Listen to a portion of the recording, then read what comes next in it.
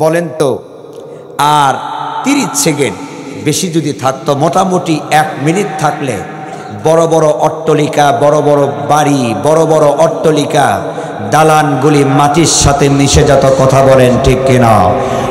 যুবক মুসলমান ভাই, আসমানের নিচে জমিনের উপরে তুমি যে অহংকারী টাকা পয়সার করো, 1 মিনিটের ভূমিকম্পে তোমার টাকা পয়সা ধূলিসাৎ হয়ে যায়। কথা বলেন ঠিক কিনা? অহংকার তাকব্বরি করার কোনো প্রয়োজন। খাটগুলো ঝাঁকুনি দিয়ে উঠতেছে, এদিক সেদিক লড়তেছে, এদিক সেদিক ঝাঁকুনি দিচ্ছে।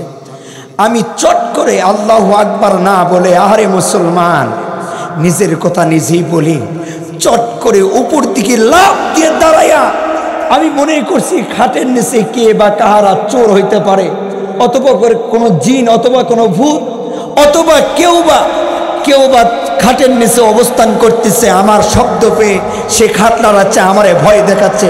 আজকে জুমার দিনে, ইয়াউমাল জুমার দিনে আমরা বসেছি। আমাদের পৃথিবী আল্লাহ পাক কুল ফায়াকুন, আল্লাহ পাক কুন বলে পৃথিবী তৈরি করেছে, ফায়াকুন বলে ধ্বংস করবে।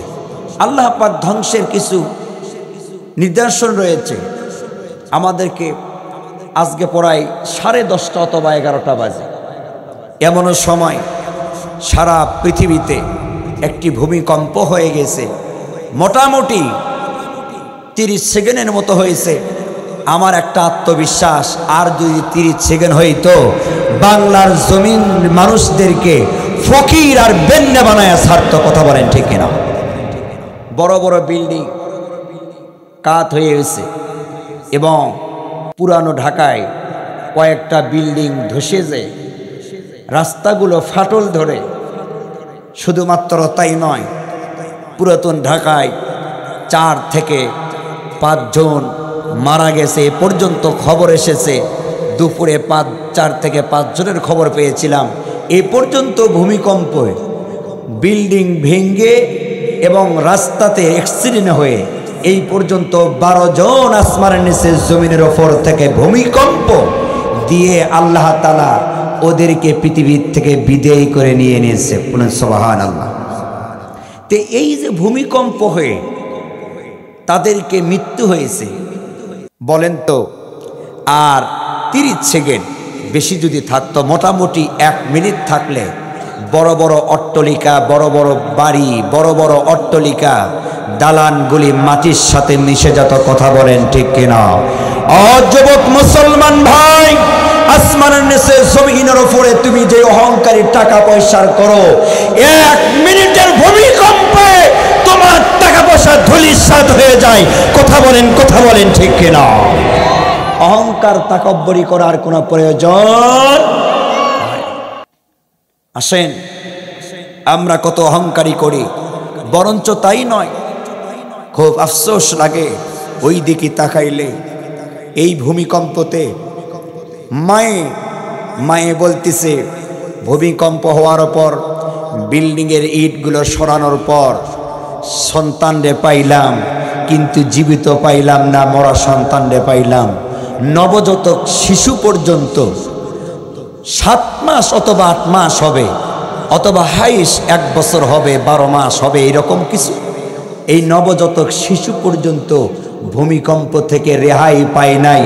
ও মুসলমান ভাইরারে আমার, আজকে যদি ভূমিকম্প দিয়ে আমি এবং আপনি দুনিয়ার থেকে বিদায় নিয়ে চলে যেতাম, তাহলে এই সুন্দর একটা মাহফিলে, এই সুন্দর একটা পরিবেশে আমি আপনি বসতে এবং আসতে পারতাম না। কথা বলেন ঠিক কিনা? আল্লাহ তাআলা যে ভূমিকম্প দিয়েছে, এই জন্য আমাদের বলতে হবে আলহামদুলিল্লাহ। পড়ি না। আমি সকালবেলা জুমার নামাজের জন্য রেডি হচ্ছি, আমার রুমে কেউ নাই। রুমটা ছিল তালা দেওয়া, তালা অবদ্ধ ছিল। সকালবেলা 10টা, 10:30, 9টার দিকে এরকম তালাটা খুলছি। রুমটা খুললাম, রুমে বসলাম। আমি কিতাবে দিয়ে দেখতেছি, আল্লাহি বিল্লাহর কসম দিয়ে বলছি, ঈমান মানুষের কখন হারায়া যাবে বলা যাবে না। যখন ভূমিকম্পটা শুরু হয়, ঘরের ভিতরে কেউ ছিল না, রুমের ভিতরে কেউ নাই, আমি একা কিতাবাদি পড়তেছি, কিতাবের দিকে মতলা করতেছি। কিতাবের দিকে ধ্যান ধারণা দিয়ে কিতাবগুলো দেখতেছি, এ মতো অবস্থায় হঠাৎ করে খাটগুলো ঝাঁকুনি দিয়ে উঠতেছে, এদিক সেদিক লড়তেছে, এদিক সেদিক ঝাঁকুনি দিচ্ছে। আমি চট করে আল্লাহু আকবার না বলে, আহারে মুসলমান, নিজের কথা নিজেই বলি, চট করে উপর দিকে লাফ দিয়ে দাঁড়াইয়া আমি মনে করছি খাটের নিচে কে বা কাহারা চোর হইতে পারে, অথবা কোনো জিন, অথবা কোনো ভূত, অথবা কেউ বা খাটের নিচে অবস্থান করতেছে। আমার শব্দ পেয়ে সে খাট নাড়াচ্ছে, আমারে ভয় দেখাচ্ছে। আল্লাহু আকবার লাফ দিয়ে ঘরের দরজা থেকে বের হয়েছে, চিল্লানি দিয়ে মানুষকে ডাকাইছি। মানুষ যখন এসে বলতেছে, ভাই এইটা তো তোমার ঘরের ভিতরে কেউ ঢোকায় নাই, তুমি ঘাটেতে বসেছিলে, ভূমিকম্প এই মুহূর্তে চলে গেল, এই জন্যই তুমি ভয় পেয়েছো। আরে আরশের মালিকের দিকে তাকাইয়া বললাম, মালিক, সামান্য ভূমিকম্পর কাছে আমি আমার ঈমান হরণ হয়ে গেছে, আমার ঈমান অটল রাখতে পারিনি। আল্লাহ, মরণের আগে আমারে আল্লাহ কঠিন পরীক্ষা আমাদেরকে নিও না। সামান্য ভূমিকম্প পরীক্ষা দিয়েছো, তারপরও কেউ আলহামদুলিল্লাহ, সুবহানাল্লাহ, আল্লাহু আকবার বলিনি, যার মনে সেই ঘর থেকে পলায়ন করা শুরু করে দিয়েছি। কথা বলেন ঠিক কিনা? ও আসমানের মালিক, তোমারে আমরা মাহফিল থেকে জানাই, আমাদের মৃত্যুর আগে এমন কোনো পরীক্ষা দিবা না যেই পরীক্ষা দ্বারা ঈমান হরণ হয়ে মৃত্যু হয়, ঈমান পালায়ন হয়ে আমাদের মৃত্যু হয়।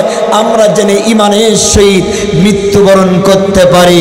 সকলে বলুন আল্লাহুম্মা আমিন। ভূমিকম্প আসছে, এখানেই ঈমান আমার হরণ হয়ে গেছে। আমাদের সকলের উচিত ছিল বিল্ডিং আলা বিল্ডিংয়ের দিকে তাকায় আফসোস করতেছে, হাই বিল্ডিং, তার মুখ দিয়ে বের হলো না আলহামদুলিল্লাহ। আল্লাহ যে 30 সেকেন্ড 25 সেকেন্ড দিয়েই আল্লাহ যে নিয়ে নিল, আল্লাহ তো এক মিনিট দিলেই এই বিল্ডিংটা ধসে পড়তো। সে আলহামদুলিল্লাহ একবারও পাঠ করলো না, সুবহানাল্লাহ একবারও পাঠ করলো না, আল্লাহু আকবার একবারও পাঠ করলো না। খালি আফসোস করতে, সাহারে বিল্ডিংয়ের কি অবস্থা হয়েছে, বিল্ডিংয়ের কি অবস্থা হবে। তাহলে বোঝা যাচ্ছে এই ভূমিকম্পতি মানুষের ঈমানগুলো হরণ হয়ে যায়। কথা বলেন ঠিক না? আর যুদ্ধ আর ঈমানি পরীক্ষা দিতে হবে। আসেন মুসলমান ভাই, কেউ আবার বলছে আজকে ভূমিকম্প কেন হয়েছে জানো? 16টি বছর তোমাদের দেশে একটা আউলিয়া ছিল, একটা পীর ছিল। এই পীরকে তোমরা দামাইয়া, এই পীরকে তোমরা দেশছাড়া করলা, এই জন্যই তোমাদের দেশে ভূমিকম্প হয়েছে। আমি বললাম, আমাদের দেশে ভূমিকম্প শুরু হয়েছে, তোদের দেশে আমাদের যে পীর সাহেবকে থাকতে দিছিস আর আমাদের ম্যাডামকে যে থাকতে দেওয়া হয়েছে, তোদের দেশে ভূমিকম্প 30 সেকেন্ড হবে না, তোদের দেশে ভূমিকম্প 5 মিনিট হয়ে দুনিয়া গরদ হয়ে যাবে। কথা বলেন ঠিক কিনা? কথা বলেন ঠিক কিনা?